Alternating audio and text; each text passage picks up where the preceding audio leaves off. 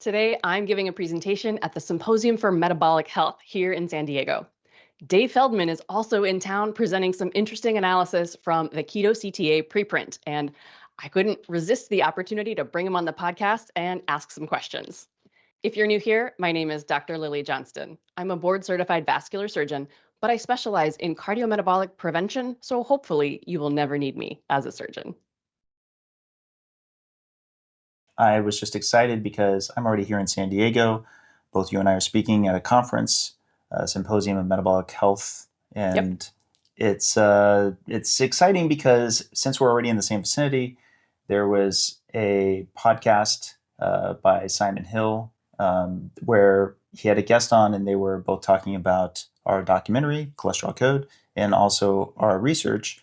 And since you, Lily Johnston, also do a lot of reaction videos, I thought, why not? We could do reaction video here in your studio. So thank you for having me. Yeah, thanks. So, we did the reaction to the KETO-CTA retraction, and we talked a little bit about how I think that was an important part of science, right? It's a study that had some flaws. You guys asked to bring that paper back, and I thought that was a really brave and bold thing. So we talked about that, and now there's a new analysis, and it's generated a lot of controversy. And I also have some questions. So I thought this was a fun opportunity to have a chat about it. Yes. Okay. So without further ado, we have a number of the clips set up. They are all in succession. But I will say that if there's any additional comments, what I love is that you have a very lively audience on your channel. So I'm excited to hear what everyone says. You and me both. All right. Let's kick it off. Let's do it. What did you think about the cholesterol code? So let me start with the good, because I think there was some good in there. I think that Dave and the team produced a high quality documentary. It was creative. It was engaging. I watched the whole thing. It tested my patience at times because there were things that the general sentiment I didn't necessarily agree with, but there were stories of individuals in there who have adopted a ketogenic diet, and I'd like to believe what they're saying is true in their experience and have really turned their health around. And I think I have empathy for those individuals, anyone who has had an experience where their health has declined. And then I really respect the ability to be strong and to make changes to their lifestyle and just to try and course correct things, to be motivated. So that I think that was inspiring, hearing those individuals. But I think overall the documentary is very premature, because the general sentiment is that was questioning the diet heart hypothesis and questioning this idea that cholesterol causes heart disease. And there are some quotes that I've written down here. Here's one. We only care about LDL because of drugs, for example, is a quote that comes up in this documentary. So let's pause there. This is actually probably one of the first parts that I wanted to take a moment and look at, because I couldn't remember if that literally is a quote that's in our movie. And the best I was able to come up with is there's kind of this opening collage. Mm-hmm. And so I was able to get a clip with the permission of the production team. Thank you, Jen Eisenhardt and the aggregator and so forth. And I'm going to roll that next. And I want you to watch this because you have seen the documentary. I have, yep. Right. And so this will hopefully be a little bit of a refresher. But bear in mind, this is just a segment of the collage in the beginning that opens. So here we go. We would talk about cholesterol being bad. Higher cholesterol going to clog your vein.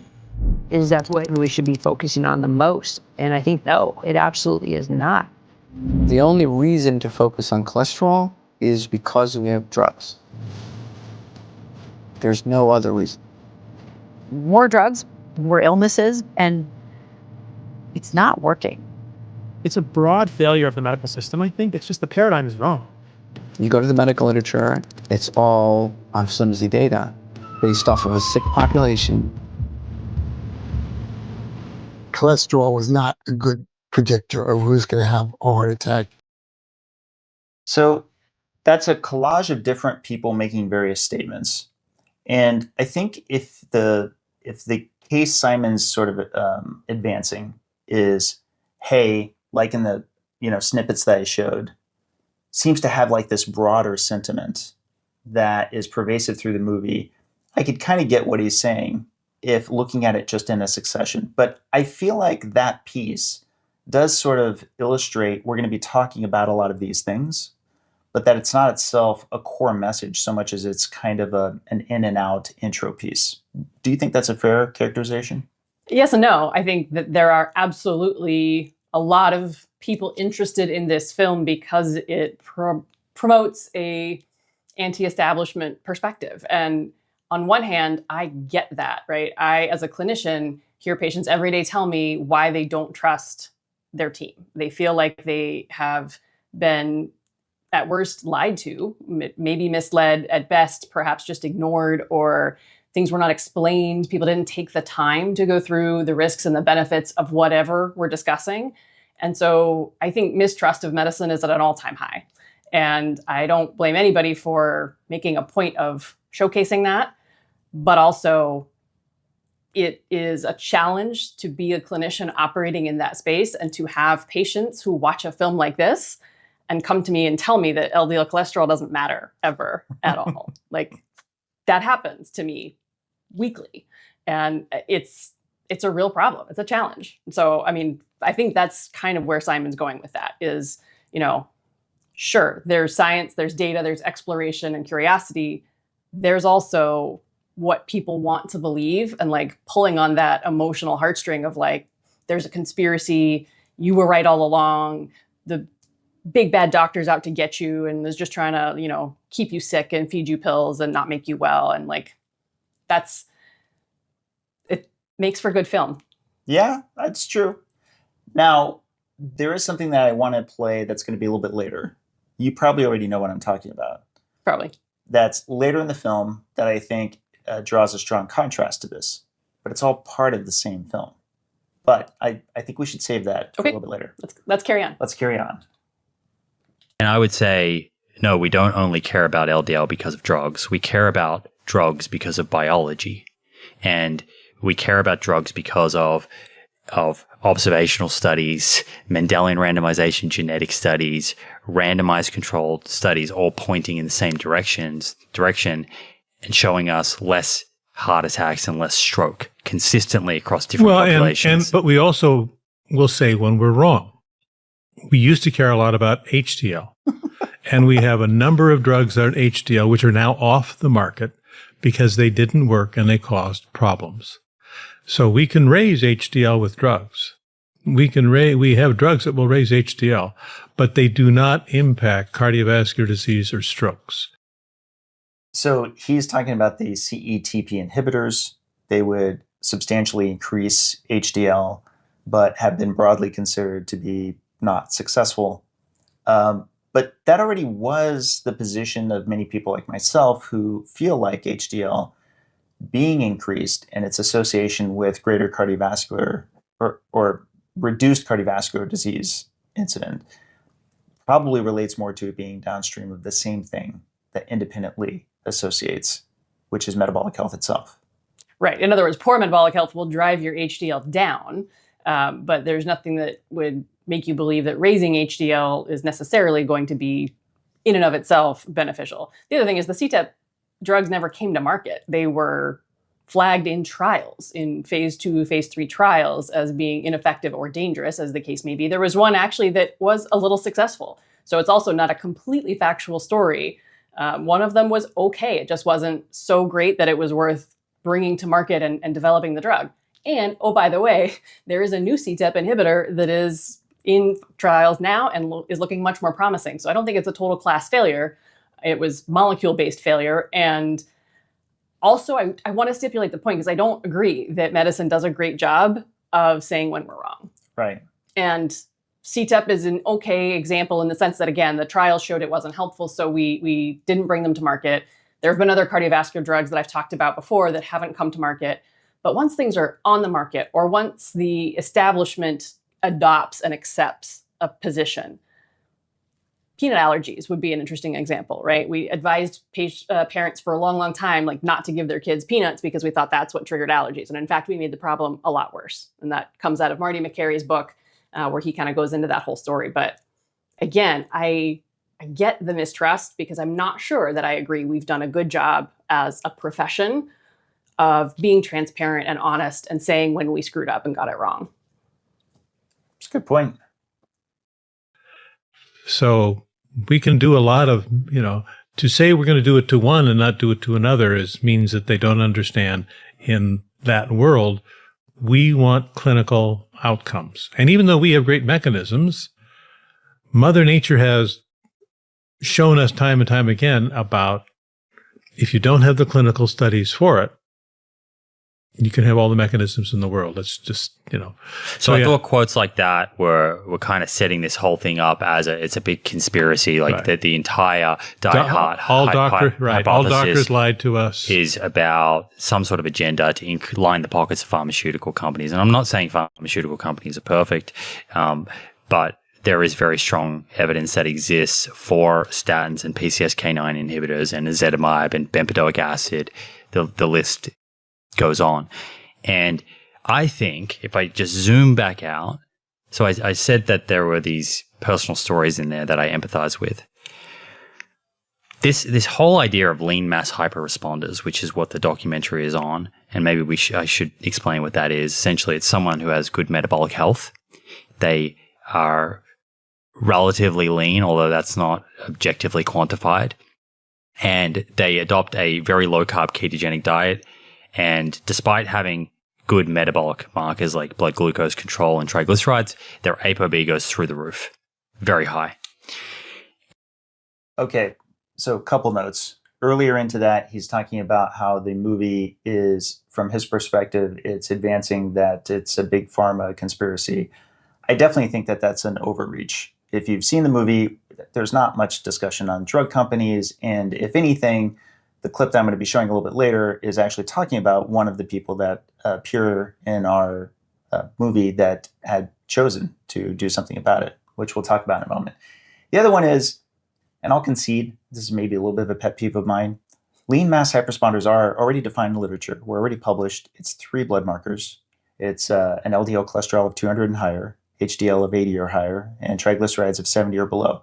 It is true, many will use like lean mass hyperresponder more colloquially and just say, very extreme levels of that triad.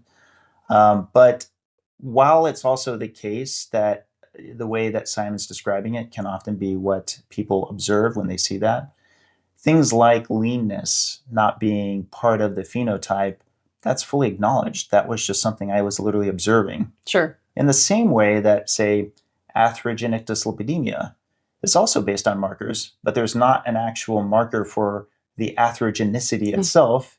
It's just something you observe. Yeah, and I think part of the curiosity is that it's a very specific phenotype, and it is not the universal experience of people who choose a low-carb way of eating to have sky-high ApoB. And to wit, I would point out the Virta Health study, because that was a whole separate cohort of people, largely who had excess fat, who went on a ketogenic diet as a therapeutic intervention for their type 2 diabetes. And by and large, at 2 years, their ApoB had not changed. Their CIMT had not changed. So I just, people think of the cholesterol code as talking about all of low carb. And I've said it before, there are a lot of ways to do low carb. Some of them, may result in more ApoB elevation, and maybe it's the person, right? But I don't want it to be that everybody who does this has a wild increase in ApoB. That's not what the data say. Well, and for what it's worth, I actually think, as you've seen in the documentary, we have graphics where we lay out lean people to not lean people, and how there's a difference. Generally speaking, it's if you're below, say, a 24 BMI or so forth, that you're actually going to see your LDL typically go up. But conversely, those people who are moderately overweight, especially if very overweight, often can see their LDL go down, right? Or hardly change at all.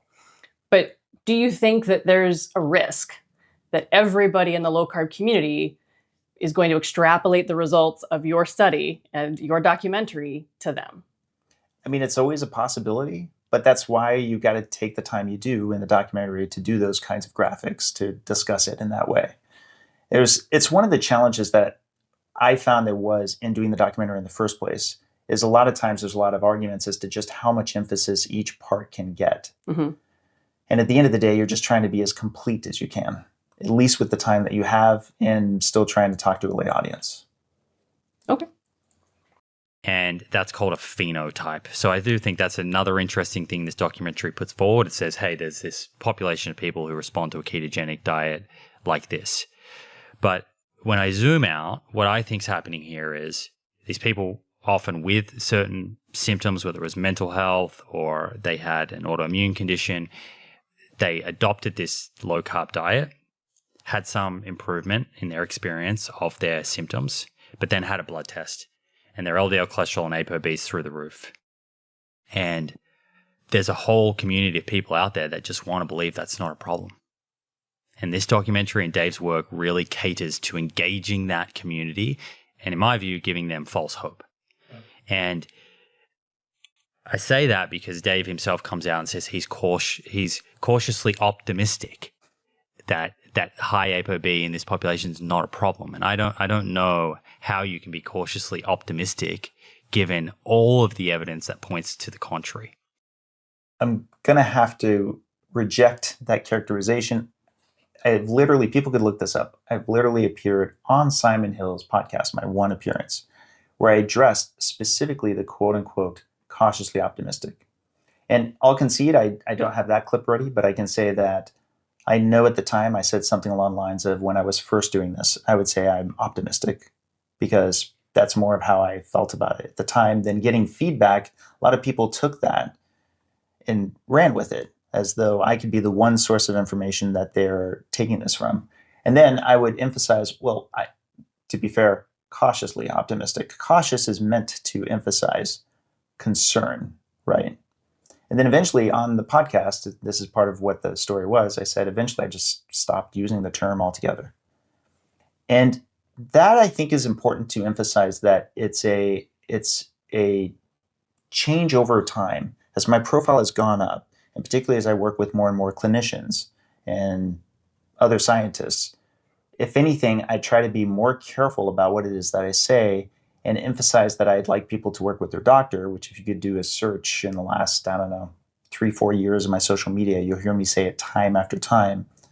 And that it's not my job to say something that you can then take medical advice from. My job is to go get the data and to find out for myself. And so, with respect, I think that characterization, I would be interested to see if there's any quote, any time in the last, half decade where I say, yeah, I don't think ApoB is a problem for lean mass hyperresponders. I'll go one step further.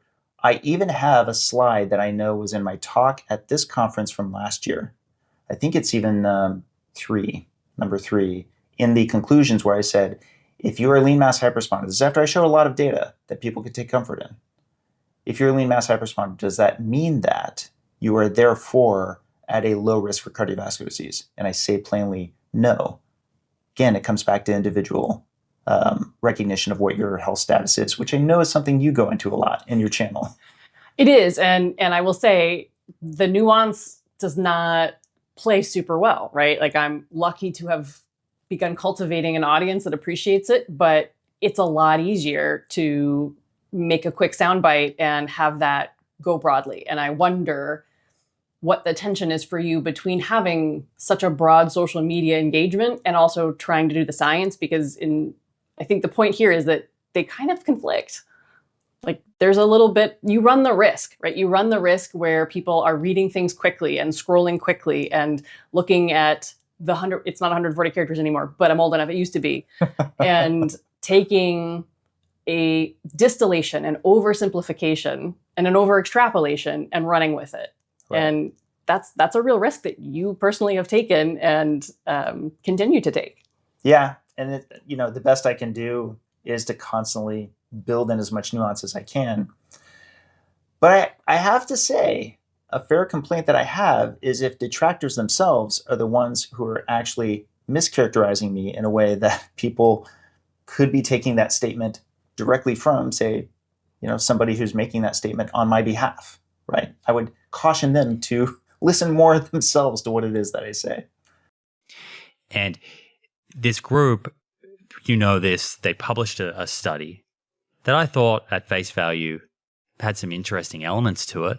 It's not a randomized controlled trial, but they took 100 people, similar to what I did, 100 people, baseline scan, and then a follow-up scan a year later here in LA with Matt Budoff. And they were wanting to look at progression of plaque in that time. Now, this is not a randomized controlled trial. Sure. And it's not looking at events or outcomes. Okay, so it's not the strongest study, but it's interesting nonetheless, and maybe a stepping stone to other studies in the future. But there are many problems with the design that affect your ability to kind of interpret the data. And what I'm seeing from this group is overinterpretation, similar to what we were just talking about with that banana study from Ron Patrick. The first study came out and was retracted. It had a whole host of problems. And I can link to some videos that explain that. It ended up being retracted by the authors themselves, who said after they had a lot of feedback. After they had feedback, and I think this is important because if they were here to kind of quote unquote defend themselves, what they would say is that the analysis done on the plaque was not blinded, and they thought it was going to be blinded, so they took issue with that, and they haven't really fully released enough data to explain that decision, in my view. They put some graphs up on social media, but I don't think that cuts it for me. Okay, let's talk about this, because I definitely think that there is more than enough that's out there to understand why it is we would need to retract the paper from last year, because it was structurally held up by this Cleerly data set. So I know that you covered it a little bit on your channel. I'm going to try to speed run it. Okay. Bottom line is we have a total of 4 analyses with our KETO-CTA cohort. The first of those is the semi-quantitative analysis. That was what was covered predominantly in the Cholesterol Code documentary. Okay. As it was getting wrapped, we assumed, because it usually is the case, that there would be a close correlation between the semi-quantitative and the second analysis, which was coming from Cleerly. Cleerly does an AI-guided reading of those CTAs. And when that data came back, there were 2 main ways in which it agreed with the semi-quantitative, which is that the baseline plaque was fairly predictive of future plaque progression, and also that there was no association between LDL or ApoB and plaque progression. Those 2 major findings are what's in that paper from last year, but unfortunately, a lot of the aggregate data on the Cleerly analysis, there was a bit of a divide between the semi-quantitative and the Cleerly. And after it had been published was the point at which I could get a hold of the raw data, and I was able to do further analyses and found a number of problems that I then brought forward to Lundquist and to Cleerly and said, I would like to do a fully blinded quality control check. And the issue, and part of why I really wanted to be sure that it was fully blinded, was it turned out that not only was there a ubiquitous increase even at the smallest levels of change, but the one regressor that was in that analysis turned out to be a clerical error, and that in fact all of them were a positive or just a couple that were a 0 number. There was literally no regressors at all in that data set. And for the non-statistics nerds in the room, like, why is that a problem? It's a problem because the smaller and smaller change you see in any kind of device that you're trying to measure, or any kind of analysis in which you're trying to measure, the harder and harder it is to detect the change. So you would expect noise. You would expect a wobble the closer you get down. One of my favorite examples is a bathroom scale. Could you comfortably assume that if I grab a bowling ball and step on a bathroom scale, it's going to tell that there's a difference? Sure. Yeah. But if I were to instead grab a fork from your kitchen, step on and off of it, could you count on it picking up every single time when I'm holding the fork and when I'm not?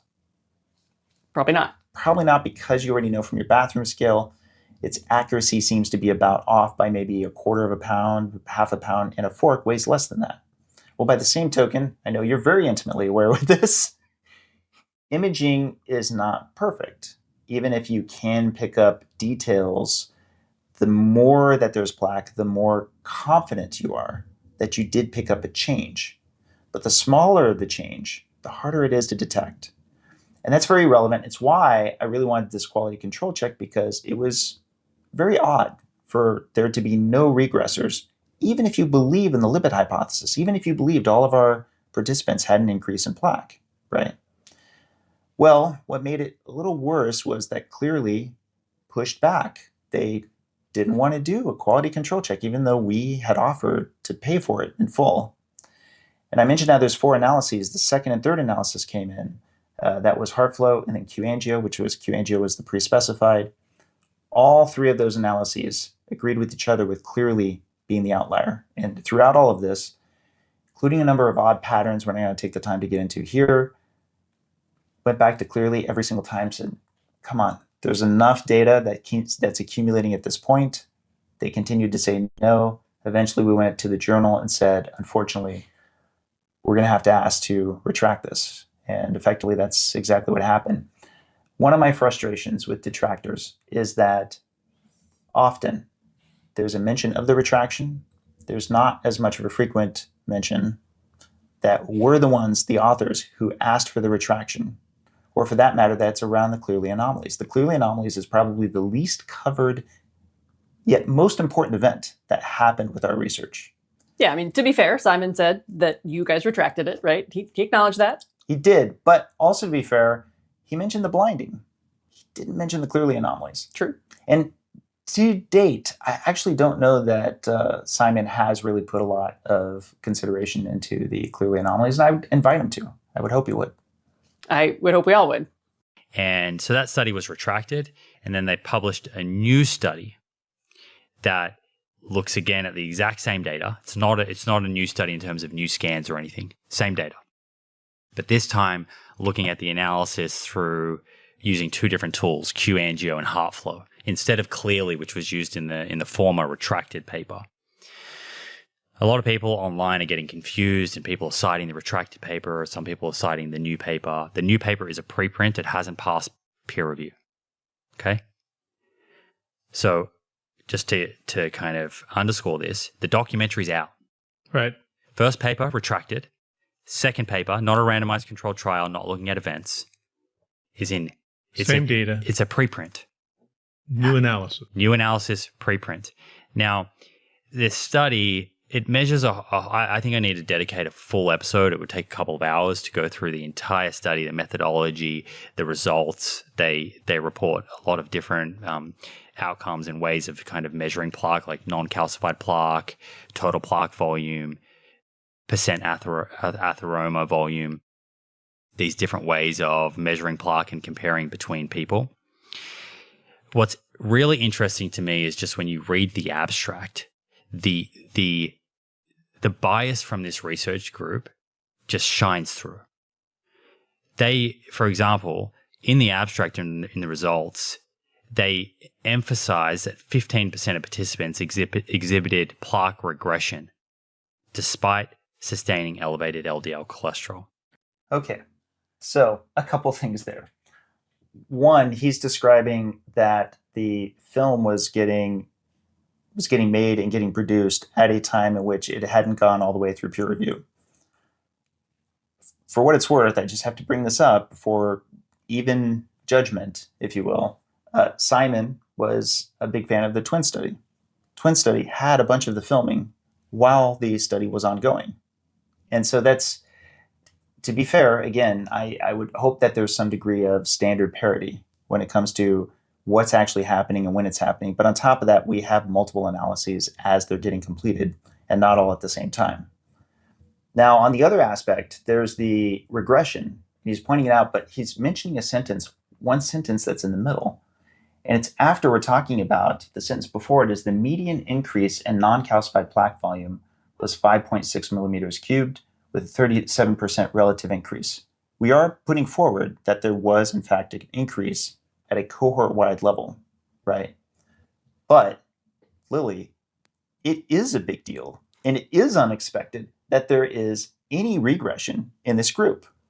And actually very thankful that even in the case of the documentary, and spoiler alert, do talk to 4 of the regressors in it, we didn't just take it on faith that if they had a negative score, that was enough. We needed also confirmation, which is something I said to the team up front. As I said, I myself want to feel confident that this isn't just statistical noise.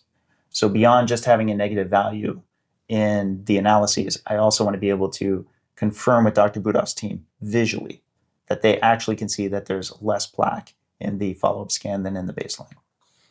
But that's not going to account for all of your statistically defined regressors, meaning less than 0, right? So some of those are going to be such small plaque volumes that there's absolutely no way they're going to be verified. Absolutely true. And so how many of those are actually below this noise floor that we talk about, right? How many of those are real? And this is where, I don't know how many people are into quantum physics, but you're familiar with superposition. Below the noise floor, there's going to be a number of participants for which we cannot say if they're either regressors or progressors, right? Agreed. Totally. So there's a bidirectional scatter, right? And we should be comfortable. Certainly, I am more comfortable than ever saying we just don't know within that range, right? A lot of that's getting explored even more this year. And so even with the paper as it stands right now, and this is just common with science, is a lot of times if you could redo the manuscript tomorrow, it might be like baking in more of the new science that you'd be chatting about now. But that noise floor is crucial. It's a crucial piece of information. And if I'm not mistaken, it's also going to be part of your talk, right? It will, yes. Yes. But exactly what you said is what I would agree with and emphasize. Some number of the regressors are not going to be regressors, but then again, some number of the progressors are not going to be progressors, and that we may never really know between scans 1 and 2 whether either of those happened. Right. I mean, and that's a key feature of all the regression trials that have been done since the early 2000s, right? Whether it's intravascular ultrasound, IVUS, whether it's CCTA, or other technologies, we are always seeing some regression, even in a control group, right? Even in an untreated or a minimally treated group who's not at whatever goal, usually a lipid goal, we see regression. And that's partly measurement, partly it may be biology or control of other risk factors, right? We acknowledge that. But just to put a bow in this, as you saw in the cholesterol code documentary, we were interviewing doctors, and not just like Brett Scher, but for example, Dr. William Cromwell, who I was posing that question. If we see regression in this cohort, particularly confirmed regression, would that be a big deal? And I think it absolutely is a big deal because it wouldn't be expected given how high the LDL and ApoB levels are. Maybe. I think that it's important to think about the distinction between prediction at the individual level and prediction at a cohort level. That may come up later as we talk about some of the other stuff in here. True. And yet in the original paper, it was the opposite.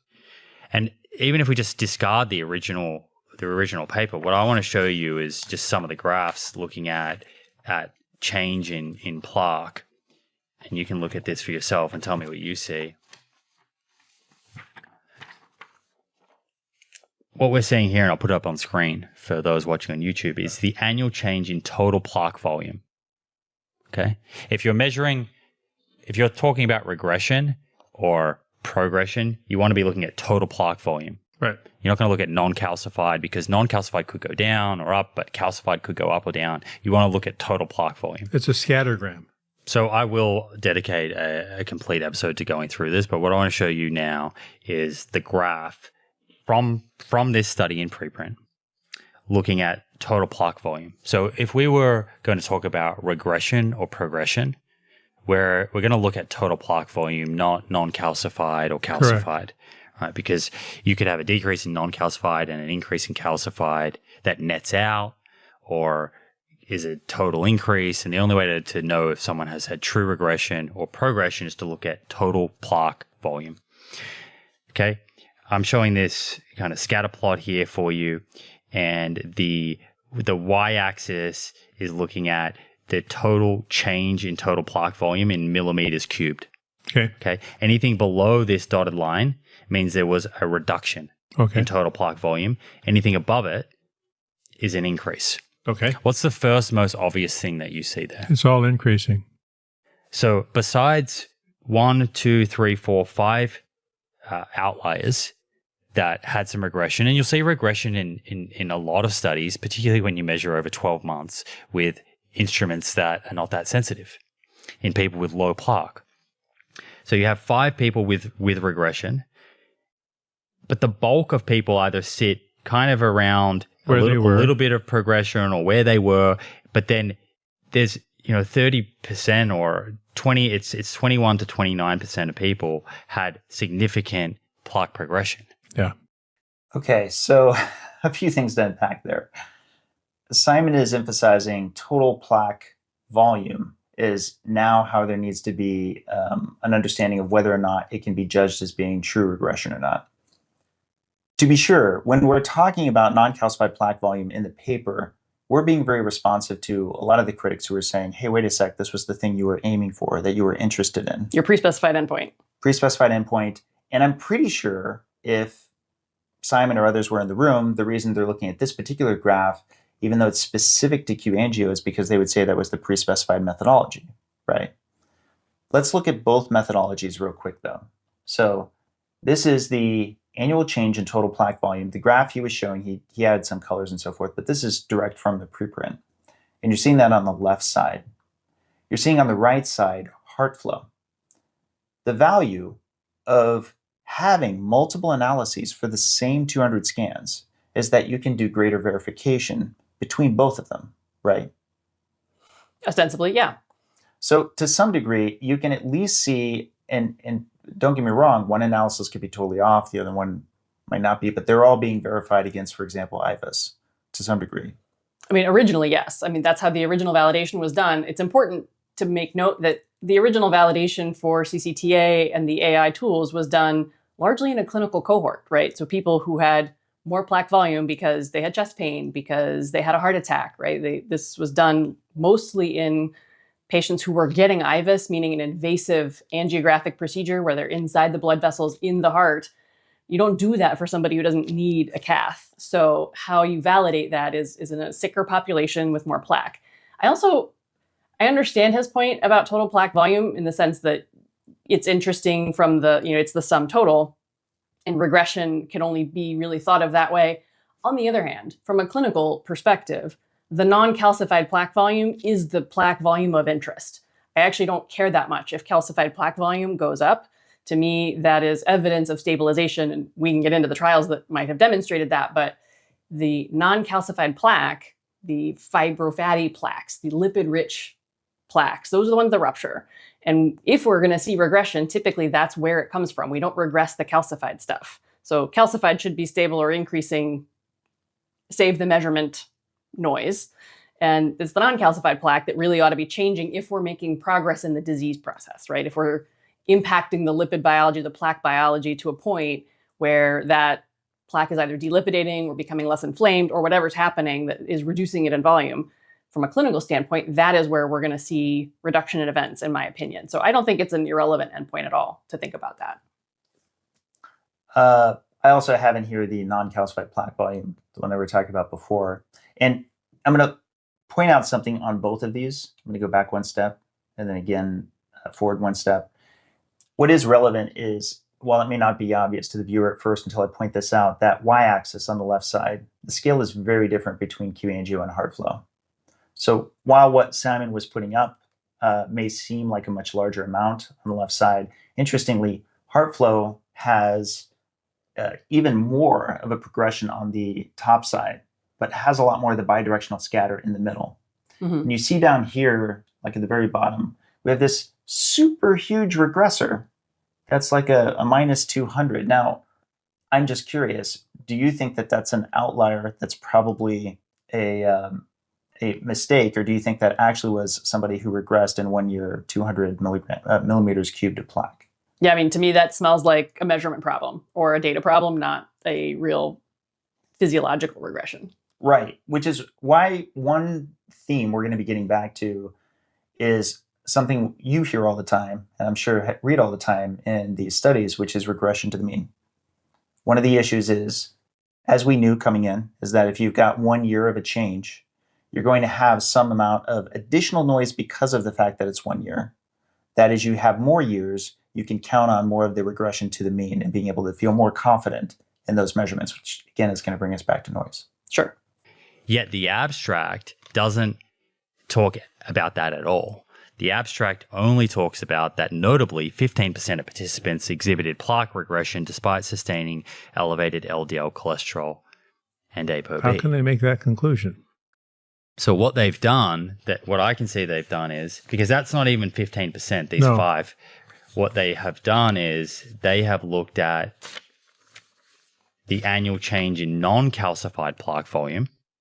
Here you see a few more people that had regression, a few more data points, but still the bulk number of subjects have an increase in non-calcified plaque. Correct. The same. Yeah. So that to me seems like they wanted to kind of emphasize what fit their narrative in the abstract, which a lot of people That's read. just not how science works. And then hide the finding about progression more in the discussion. And what's one last point I want to make here is that when you're comparing progression between individuals, actually looking at absolute amounts, so millimeters cubed, isn't the best way of doing it, because we all have different size arteries. Right. So percentage atheroma volume, which is the percent of the total volume of the artery that's occupied by plaque, is a great way to compare between people. Okay? Because if you have, say, 100 millimeters cubed of plaque in person A and the same 100 in person B, but person A has larger arteries. Well, if one's in the aorta and one is in a coronary artery, Yeah. it's too big. It has a different effect on blood flow, right? Okay, so a few things here. The first one is whether, and I'm actually just curious before I jump into it, do you yourself like percent atheroma volume more than, for example, non-calcified plaque volume? So I think, the PAV metric goes back to a lot of the IVUS studies, right? That's really where percent atheroma volume came from, because they weren't able to image the entire coronary tree at once. They picked segments and of an artery, right? The coronary arteries, and they would image the entirety of that particular segment that they could replicate. And how you pick the same part of an artery to measure again a year later is kind of a fun problem, but that's for another day. The big metric there is percent atheroma volume, because again, you're not really representing that you're going to get the whole total. So it was a more reliable measure for them when we were doing intravascular ultrasound, and then it translated into the CCTA space. I think we can slice and dice a lot of different ways, right? Total atheroma volume, percent atheroma volume. I don't know that I feel strongly about one versus the other, but I do think it's it's not a totally unfair criticism that you could have chosen to say 85% were progressors, and instead you chose a more sensational headline. What I will also say is, I get it. That's a research thing, right? You don't write the most boring thing you can think of in your abstract. You write something that will get somebody's attention and make them want to read the rest of the paper. But I would agree with him that somebody who came at this with more of a classic lipid heart hypothesis bent would probably have couched that differently. Fair enough. Here's my pushback. I think our title is about, I don't have the title handy, but I want to say it's so much more milquetoast. It's so much more like, here are results from the KETO's, prolonged LDL association, etc. I don't know. It's something very basic. The abstract, before getting into the regression, does talk about the progression. If the emphasis is whether or not there's 85%, part of the challenge is that that's just for Q-angio. With HeartFlow, it's something like, 50-something% or something along those lines. So there's already somewhat disagreement there. On top of that, HeartFlow has 35% regressors. That's not in the abstract, right? So if we were just firing in all ways that we could, that just really emphasized the regression, then we also just wouldn't include that there was progression cohort-wide. But there's this other factor I feel like is kind of broadly stated, or almost assumed to not be the case with people in general. Any 55-year-old cohort is going to have cohort-wide, likely, plaque progression. I'm not aware of a population, maybe you are, of middle-aged folks who you couldn't expect at a population level, not at an individual level, but at a population level, are not going to see an increase in plaque. It does depend a bit on what their health levels are and a number of other aspects.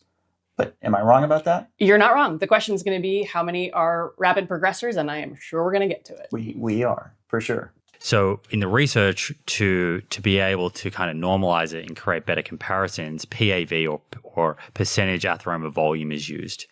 And generally speaking, anything over a 1% increase in PAV per year is considered rapid plaque progression. Yeah, it is. Okay. What percentage of subjects in this KETO-CTA trial do you think had rapid plaque progression? Oh, I would say about 85%. Less than that. Less. Yeah. So, I mean, as you can see, the majority of people had plaque progression. Right. And the average change increase in plaque in absolute amounts was 18 millimeters cubed in a year, a median of 6.6, which tells you actually if the average is 18 but the median is 6.6, that's not an even distribution. There's a lot more people that had progression. And of course, just a quick hit. Yes, that's in the paper. We discussed that quite directly. But the number of people who had a rapid progression based on that 1% increase of PAV over a year was 21 to 29%, depending on which analysis you looked at. Okay. This exact statement, PAV of rapid progression of 1% or more, being in 21 to 29% of our cohort, what that's coming from is there's 21% in Q-angios analysis of our cohort that had a PAV of 1% or more, and there's 29% in the HeartFlow analysis, for which you're going to see a PAV of 1% or more. Now, left not hearing anything else, does that sound like a high-risk population to you? Yeah. Yeah. I mean, again, that's the established baseline from prior studies. That 1% number didn't come out of nowhere, right? That's established in the literature. Right. So without knowing any more information, it's understandable why a viewer or a listener would come away with this impression that this must be a high-risk population. So where does that 1% come from? Well, that's where it gets a little more interesting. What was flashed on screen a little bit earlier, this is the PMID to what I believe is literally the kind of level setter in paradigm, where they were defining what this rapid progressor was. And this is a preview of the slide that's going to be in my presentation. Our current plan is to drop this pretty soon, right? It is. And so so people watching this right now, you may actually be seeing the slide. Don't spoil Top secret it for anyone Top else. secret. So I'm going to take you through this. 21 to 29% of KETO-CTA cohort were rapid progressors, which means it's over 1% per year. So where does that 1% come from? It comes from this exact study, this paradigm. And what they did was they took this group and basically divided it between those who had future MACE versus those who had no MACE at all. Can you tell us what MACE is real quick? Major adverse cardiac events, heart attack, stroke, revascularization. So if you had an event, then you would end up in that group that's right above here. And once they separated it by that, they could see the shape of what these distributions look like. And sure enough, because this one at the top has a median of 0.93, it's basically close to a 1%. So it's 0.93. Importantly, I want to emphasize these are IQRs. So it's the middle 50% that we're looking at. That's what those bars are stretching out to. It's the first quarter up to the last 75%. And so from that, we can look at the shape of both of these because the MACE-free group does in fact also have some with a PAV of 1% or higher in their higher IQR, right? Because it actually would extend past this dotted line over here. Now, what do you suppose KETO-CTA looks like? Does it look a lot more like that future MACE group, or does it look more like the MACE-free group? You're going to show me. I'm going to show you. It looks like that. If comparing like for like, if comparing Q-angio, then the KETO-CTA group as it stands right now, its median is 0.23, which is actually lower than the median of the MACE-free paradigm group. And I've also included HeartFlow, although it's a different kind of analysis, so it's not like for like. But you can also see its median is lower as well. Its 75 percentile does stretch out past the dotted line, so there's a little bit more on that end with regard to the PAV. That accounts for the 29%. But it also has a higher number of regressors in the opposite direction, which is stretching out in the end, and that's at the 25 percentile. Now, I want to emphasize this right away, because it's got to be said. That does not mean that the case that's being made here is that our KETO-CTA group would be MACE-free. Yeah, I mean, I'm not sure it's an entirely fair comparison in the sense that I don't remember exactly who the cohort is in Paradigm, but I'm going to guess that they were a more representative cohort than yours, in the sense that my guess is their average age is probably in the 60s, not the 50s. Probably there's some incidence of diabetes, probably some incidence of smoking or former smoking, right? So I would expect that your group should look less risky anyway at baseline. Sure. I'm going to guess that, in fact, the amount of plaque present in your cohort at baseline is going to be significantly lower than in the Paradigm cohort, right? You had, what, over 50% CAC 0 at baseline? Correct. Yeah. So my suspicion is, with overall low plaque volume in your cohort, you're going to look low risk. The fact that you still have 20%, 21 in Q-angio, 29% in HeartFlow that are rapidly progressing at greater than 1% or more per year raises an eyebrow. Now, 1% of a low volume is a low volume. We can talk about that. My guess is that's coming up too. Well, this is where we want to get back to the regressors. Is having the regressors thought alongside of the progressors, stretching out on both sides so that we know it's a wide spread. Does that become relevant as to why it is that I would care so much about the medians of both of those? Yeah. Because beyond whether or not this is a more diseased population, they are still showcasing why it is that the median matters, even beyond the Q1 and the Q3. So I agree that it's not as like for like. The catch is that you're still pulling the 1% from this. This is the study that literally defined the 1%. Yeah, but it's not the only one where it's been validated, right? We've seen it used again, and it's been used multiple times. I can't give you a citation off the top of my brain for it, but it's not crazy, right? It's not a crazy number. No, but that's why we bring it back to all roads lead back to an acknowledgement of the noise. In order for us to have that acknowledgement of the noise, we need to keep both on the table at all time. We can't look at one tail and not the other. Fair. And if all we're going to do is just go ahead and pluck this one study out as to an example of rapid progressors, and then see if indeed they look same as a comparable risk factor, then that's what we can do. We can make this association and look for ourselves. Okay. Now, just to give that some kind of perspective for people, very interestingly, Ron Blankenstein published a paper just in the last few months called Nature CT. And this is fascinating because they essentially went out and got a group of people, average age 55, same as KETO-CTA. These were people who were not at high risk of cardiovascular disease. They had good metabolic health. They actually had a higher BMI than the keto subjects, if anything. But the main difference between the groups was they had an LDL around 110, 112, whereas the LDL in the KETO-CTA study was near 200, I think.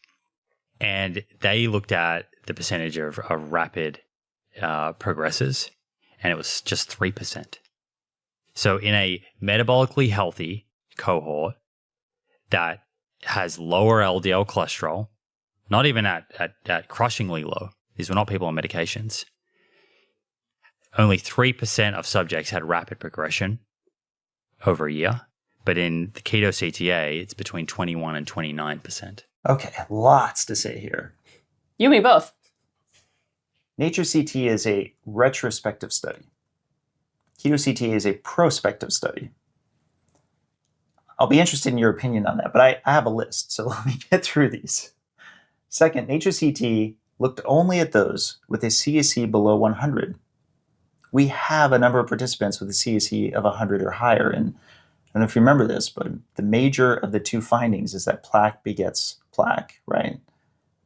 Lo and behold, the people who had a CAC of 100 or higher, I believe they account, and I'll have to double check, I believe they account for over half of those who have the PAV of 1% or higher for progression, which I'm sure doesn't surprise you. Third, Nature CT had an average of around 5 years. Actually, I've got to double check though, I think it may be more like 4.9, but that it was annualized. That's extremely relevant because we're now 5 years out and then annualizing against it. That's going to be important because we're going to be getting back to the regression to the mean. Nature CT only had one total plaque volume regressor. That's relevant. If you're going to take the rapid progressors, you've got to then care about the regressors. Are we going to then assume that all of the regressors across both of the analyses are just going to permanently be regressing? I myself will be upfront to say I don't think that that's going to be the case at all. Again, I think there's going to be a regression to the mean. I think many people are going to come to the same conclusion. And yeah, I want to return to the regression. I want to get back to parity. Or I'm sorry, to the retrospective and get back to parity. Do you think our critics would accept if we did a regression sorry, I keep saying regression. Do you think our critics would care if we did a retrospective analysis within our KETO-CTA cohort that showed a bunch of people who had like no progression of plaque at all? And we didn't register it in advance. We just determined what criteria we wanted to go with. And then sure enough, it looked great. Do you think that they would have a problem with that? I do. And unfortunately, the bar is always going to be higher for you, right? That's true. Like you are going against the lipid hypothesis. And like, to be very clear, I've said this on your podcast, I've said it on mine. Like I, as a clinician at the population level, am a card-carrying member of the lipid hypothesis club. Like I really deeply have reviewed that literature. And while I think there's a very interesting tension between what happens at a population level and what we can predict at an individual level, because by the way, you are not the first one to find a null relationship between LDL and progression or regression of plaque. Not the first? That is not an original finding. It has been done in other trials that have measured regression and can show at a population level that in fact, yes, the achieved LDL-C is relevant to the cohort. It may not predict the individual, but it's relevant to the cohort. So again, you are fighting an uphill battle, and I think that your bar to perform is higher. So yeah, they're not going to accept a retrospective review for you. But from an observational standpoint, looking at a few hundred healthy individuals who got CACs or CCTAs to describe that natural progression in history for Nature CT, I'll allow it. I think that's so okay. There is that cognitive dissonance that we all have to worry about in science when we publish a paper, which is saying, I know the result I want, but I really have to be disciplined enough to get the result I don't want and then try and figure out if I have to change my thinking. That didn't occur here. It didn't occur. And then they do mention that, more than 1 in 5 people had rapid progression. It is mentioned in the discussion.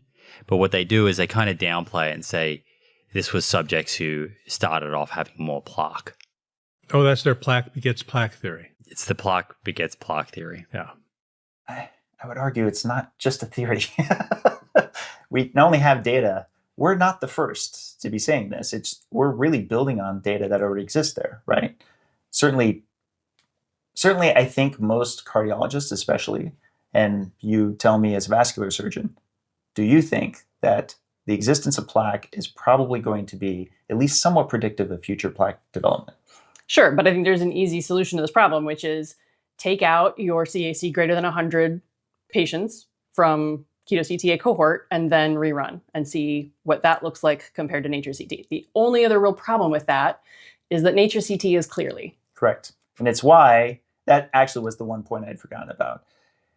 What I'd be up for, and what I've actually volunteered online, is I would be happy to raise money for the Nature CT DICOM scans to be looked at by HeartFlow, so long as they're operationally blinded. I think it's a great plan. And, most of your cohort does have CAC less than 100. I think it's like, 83%? Yeah. Something like that. So you'd still have a pretty good N, and I think that would answer some questions. It'd be interesting. Yeah. As opposed to you have more ApoB, you're going to have more plaque. And I mean, no one's talking about the fact that there's a handful of individuals who had it's pretty severe, huge increase in total plaque volume. The question is there any relationship between those people and what were their LDL levels? Well, I don't think they didn't provide the analysis, and that's a great point because that's what I wanted to know. When you look at rapid progressors, right, was that relationship there? LDL or ApoB? I'll just say right now, there's been so many sub-analyses. Adrian's gone up and down, left and right, and after I got a hold of the data, I ran a whole bunch of my own. And specifically, I don't know, and I can't say I could reach Adrian at the time because he was traveling. But I myself looked specifically at the rapid progressors, specifically the PAV above. So I don't know for sure if he had ran that himself before I did, but I did the same thing. And there's absolutely no association. Now, again, I want to be intellectually honest. What's been a theme that we've been talking about through this, right, has been noise. Noise is very relevant. It's 1 year, and there's a degree with which I'm going to acknowledge that the 1 year, as far as the progression data itself, is limited to some extent. But a major theme I'm going to come back to a lot is, while that's true, the cross-sectional data, we do have around 5.5 years from when they started to ultimately when it is that the second scan arrived. Okay. Right. So is there a signal yet? I can't say that there is a signal yet. I'm not hanging my hat on it, and I'm not saying cautiously optimistic or all that other stuff. But that is very relevant information because many of the participants that we have, at least 6, for example, have an LDL of above 400. So they're homozygous FH levels. But they have not had levels of 400 for their whole life, right? They're not homozygous FH. And the principle is the integral over time. So we know by definition for inclusion in your cohort, they had to have a more normal lipid panel right before going keto. As I recall, that was part of the requisite thing. So we know that this is in fact a recent phenomenon in the 4 to 5 years that they've been keto. But what happened in the previous 50 years of life, unclear, right? It was more normal for one value, but we don't know what has happened the whole life. And it is an interesting thing to think about the subgroup analyses. But what I really want to pull back on is this idea that lack of strong prediction at the individual level does not negate the class effect and the population effect. I still can't totally believe that if your whole cohort were reduced in some risk factor, right? And again, the lipid thing is interesting. It is one piece of a much bigger puzzle, and there are lots of reasons that you could progress with plaque that have nothing to do with ApoB. It doesn't make ApoB irrelevant, but it means some people progress because it's lipoproteins, and some people progress because of their diabetes and their insulin resistance, or their smoking, or their homocysteine, or whatever the case may be, some combination. But at a population level, it still doesn't invalidate the role that lipoproteins may play in local plaque biology and plaque progression. I feel like we need to have a longer discussion about that in another episode, because I will want to bring up the 4-letter word that starts with an M. Math. The lipid hypothesis as it stands right now does make a set of predictable terms and leverages a number of things with regard to, for example, EAS 2017. But I have a feeling that that's going to make the episode way too long. Okay, so let's keep going. Let's keep going. So I think that a more objective way of kind of communicating the results from this study would be that there are more rapid progressors than a similar cohort of people. Cohort of people who are older. Well, no, similar. They were average age 55 in the Nature CT, which was the same as the KETO-CTA. Oh, was it? Yeah. I thought they were younger in the KETO-CTA. Average age is about 55. Okay. Yeah. So similar age. The main difference was LDL cholesterol levels. So LDL does have something to do with cholesterol and plaque burden. Well, when you compare and contrast those two studies, certainly there's a difference that I think needs to be acknowledged. Now, Okay, so this really has to be emphasized. You can't just grab another study and make it your control group as much as you may want it to. I don't have a problem with looking at them for broad-based comparisons, but this was sort of one of the challenges with Nature CT. Another issue that I've ran into is that in a recent article that I had to develop to kind of give a broad response to a data scientist who's been very interested in our research, I was trying to get the parity between how much our study was getting judged versus Nature CT. There were a number of things that also came up with Nature CT that I'm not covering here, but that I've since passed along to the corresponding author, and that I think will potentially be relevant above and beyond this. The catch is that we're both under Lundquist, and I want to be mindful of that, and I want to be professional in general, right? But I need to add one other key component here, which is while you can want to have a certain study that may seem to make your point a little bit better, we have already done a match analysis that came from 2014 that a lot of the same voices who are interested in Nature CT have passed by. But that one was a matched cohort that came from Miami Heart, which was another study. But in this case, everything was matched as closely as it could be. Wait, was it matched on your Cleerly data though? Or No, matched on your it's semi-quantitative? Semi-quantitative. Okay. Yeah. Now, interestingly, there was an unpublished Cleerly matched analysis, which I have up on my blog. And that looked like the semi-quantitative that you see that's published here. And in that one, we had statistically no difference from those in Miami Heart that were matched across ethnicity, age, and all of the other factors. In fact, it was even trending slightly better, but I emphasize still statistically insignificant difference in plaque in spite of the fact that there was less than half of the LDL for those in the Miami Heart cohort side. Now, I think that the argument that would be pushed back is that this is cross-sectional. Right, this is your baseline data, right? Or, right, this is the baseline data compared. But that said, this at least I feel would be a fair way to make a comparison, is to do something like a match analysis, because I don't know that much information about where the specific patients for Nature CT came from to the same degree. There could be relevance, for example, to socioeconomic status and so forth, along with all the other things that were brought up from before. It's interesting, and that could be put on the table. It just can't instantly become the control group based on what a preference would be. Sure. I mean, I think I see the temptation, and it is they on face value look like similar cohorts, and I appreciate why this is coming up. I think the annualization issue as it pertains to the noise and the measurement is really worthwhile, and like that gives me pause. I also don't think at this point, especially in populations with low amounts of plaque, it's fair to compare numbers across two different AI platforms right now. Like I just don't feel like we have the certainty about their abilities to, and your Q-angio and HeartFlow side by side also, right? I wouldn't want in the same population, those two groups pitted against each other. It's not right. So for those reasons, in my opinion, I don't think Nature CT is the best choice, but maybe you'll get 5-year data, then maybe we can look. From the cross-sectional standpoint, I will point out, right, again, this is an integral over time for the LDL levels. Your group has had them for years, not months, but it's not decades. And I think Right. that's, so to a first approximation, while I agree it's a nice sensational thing to say, well, look how little plaque this group has with this sky-high LDL levels. Like, it's not as helpful as it should be in the sense that they haven't been that high their whole life.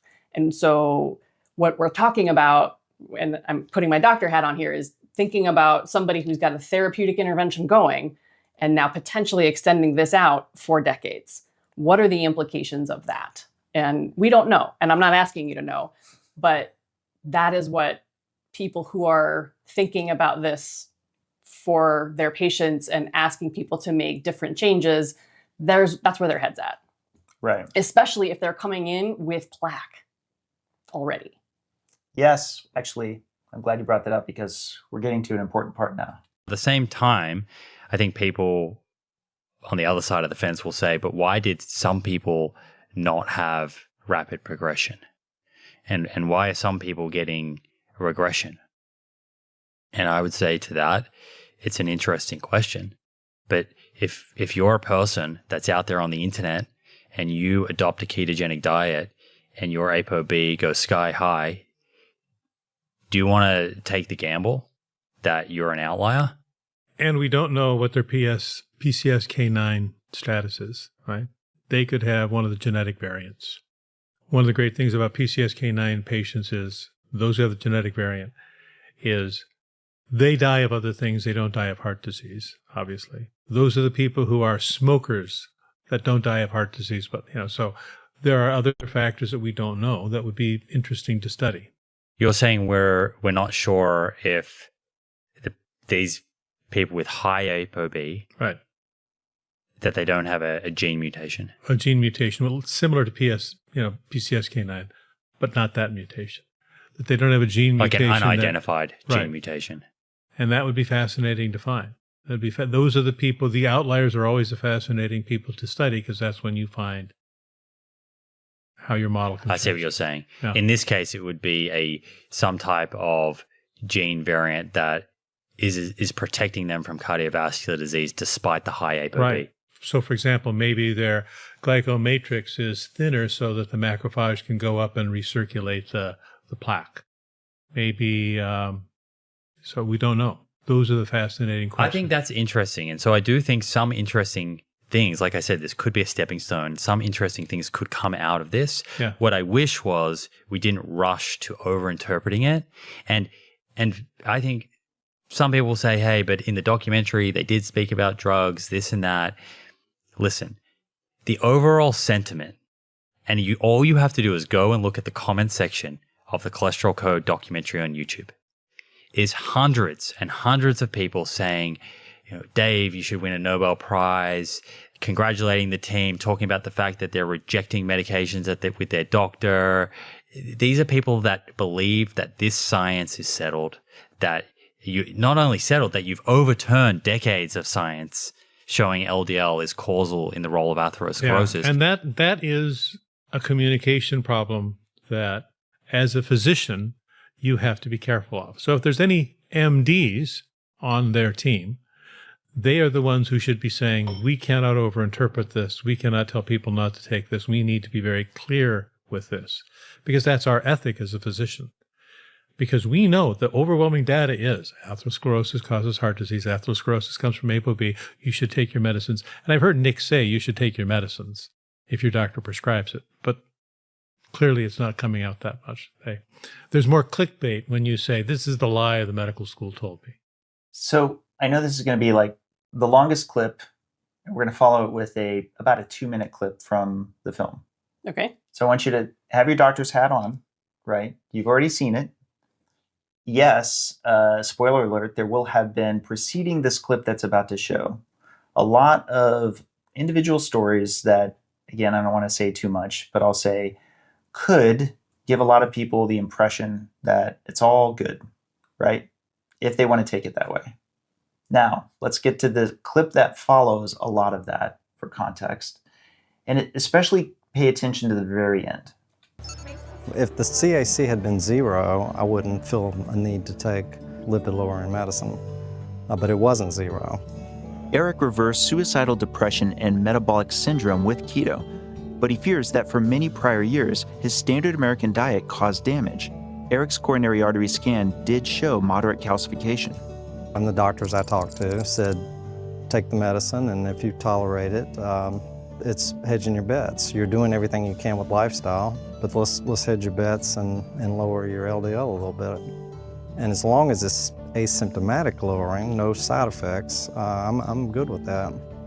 Eric plans to remain keto for his mental and metabolic health and take cholesterol-lowering medication for the foreseeable future.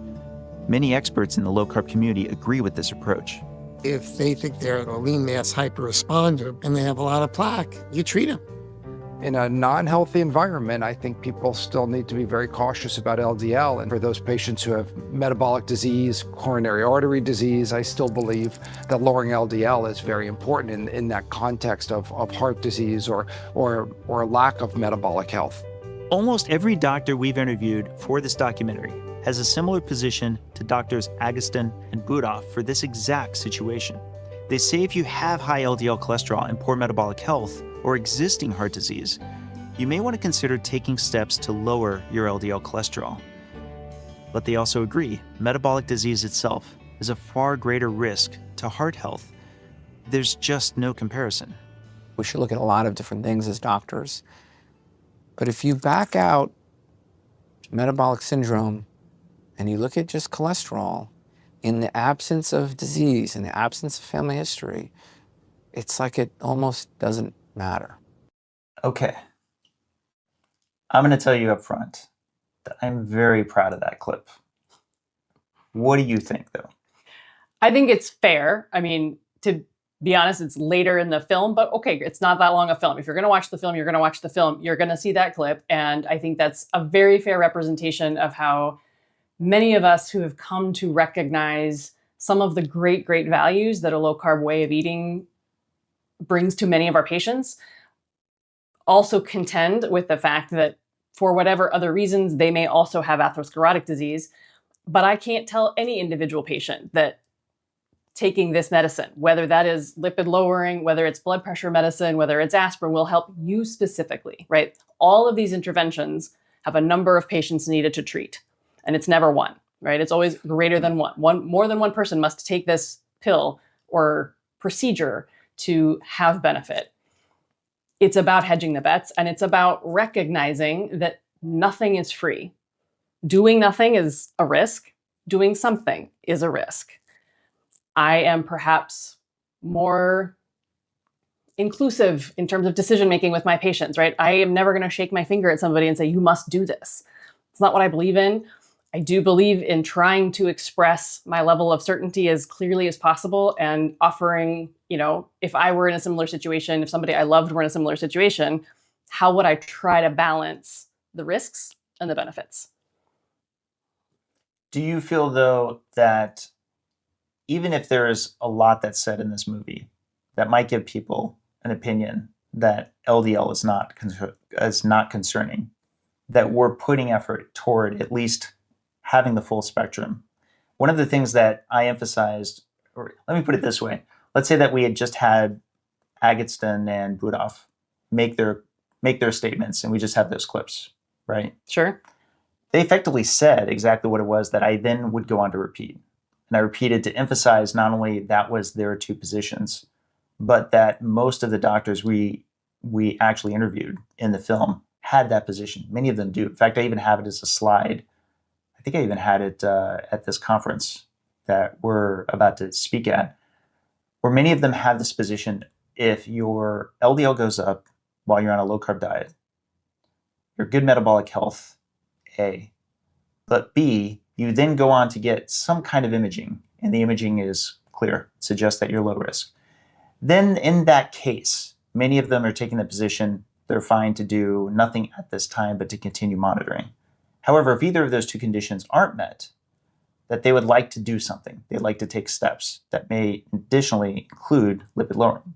So I think this is really where this gets dicey, because when we're talking about established plaque, most of us are fairly clear about how we would manage that.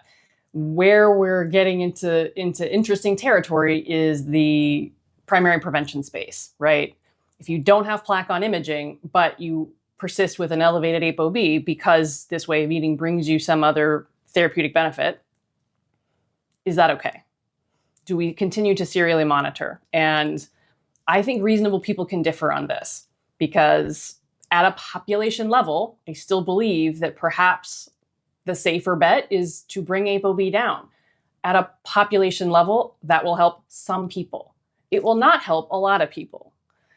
And it may hurt some people with the things that happen with these drugs. Now, are those rates really high? They're not. Many people tolerate them, especially at low doses. Side effects can be managed, but you have to acknowledge nobody wants to be taking a drug that might have side effects if it's not going to help them.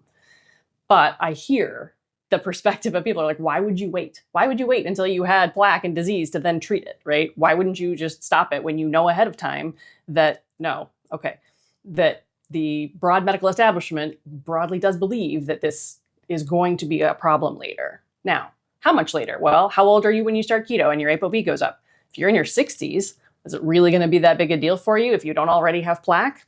Probably not. If you're doing it in your 20s and 30s because of severe mental illness, bipolar disorder, whatever, and your ApoB is going to run in the 200s for the rest of your life, is that okay if you don't have plaque today? We don't know.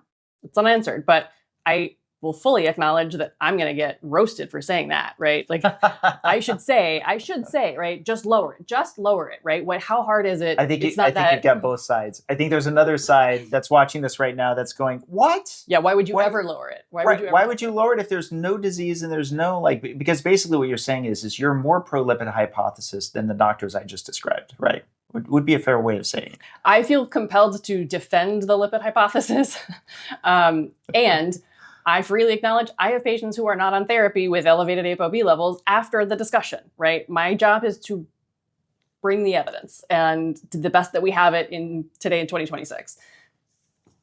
Again, we can't let this get too long, but I'll just say if people want to see you and I have a longer discussion of that, I'd be up for it. Let us know in the comments. Yes, let us know in the comments. Okay, we just have one more. Well, the cynical side of me, and I could be wrong, thinks that Dave and Nick have realized there's a community of people out there that want nothing to do with Big Pharma. And these guys have been put on a pedestal by that community. And by generating content and questioning that consensus consistently, they get deep engagement. Yeah. And then you can build a business around that. And that's their model. That's their business model, right? My business model is telling people about medical science. Their business model is saying, let's appeal to the people who want to say, I want to eat what I want to eat steaks, whatever, and not have to worry about my cardiologist always telling me that I have my LDL is, 300 and I should worry about it. Because you won't see the results of that for years. I think he's kind of characterizing the position on the not see the results of that for years for you. But he definitely rejects that this is a business model. I definitely, I don't want to talk too much about personal sacrifice. I'll just say that I can show the receipts. I absolutely am not making money from this research endeavor. So yes, I'm not going to harp on that one too much, but I do find it somewhat amusing because I'm engaged in this because I genuinely want to get the answer myself and because I am in this group. And that's not uncommon for a lot of charitable efforts. I think one of the things I've always respected about you, whether we agree on the lipid hypothesis or not, is that there's always genuine curiosity and a desire to answer a question. And I really do believe that you have this vested interest in presenting the data and making as much of it as transparent and open for review as possible. I think the preprint was a good example of that, right? You knew it was going to be highly scrutinized. You wanted it to be highly scrutinized, and it was. And I think your ultimate production will be the better for it. Your publication will be the better for it. I hope so. Well, there's a production team over here, by the way, that I just met. Full disclosure, I didn't actually look at much past this. Ironically, they were talking about a business model and then it jumped to a commercial. So I think this is basically a good stopping point. There may be more that's past this point, but I thought that this would give us enough to discuss. And I really enjoyed the discussion. I thought it was great. I thought it was great. Thank you. My take home from this conversation is that science is about asking tough questions and coming together to get an answer. Debate is healthy. Retracting a study that isn't working is a good idea. And just because we disagree on a couple of issues doesn't mean there isn't a lot of value to be had here. If you are an LMHR, this research is deeply personal and important to you. If you're low carb and keto and you're having an ApoB problem, this is deeply important to you. The science isn't answered yet, and that is okay. I'm really excited that there are people out here in the world trying to answer these questions. So I applaud Dave and his team for really just battling this out and taking a lot of time, effort, and energy to try against all odds and a lot of pushback to at least answer the question. So congrats to Dave and the team, and good luck on that publication. If you found this helpful, if you want to see more debates about this, please like, subscribe, and let me know in the comments below. Until next time, take really good care.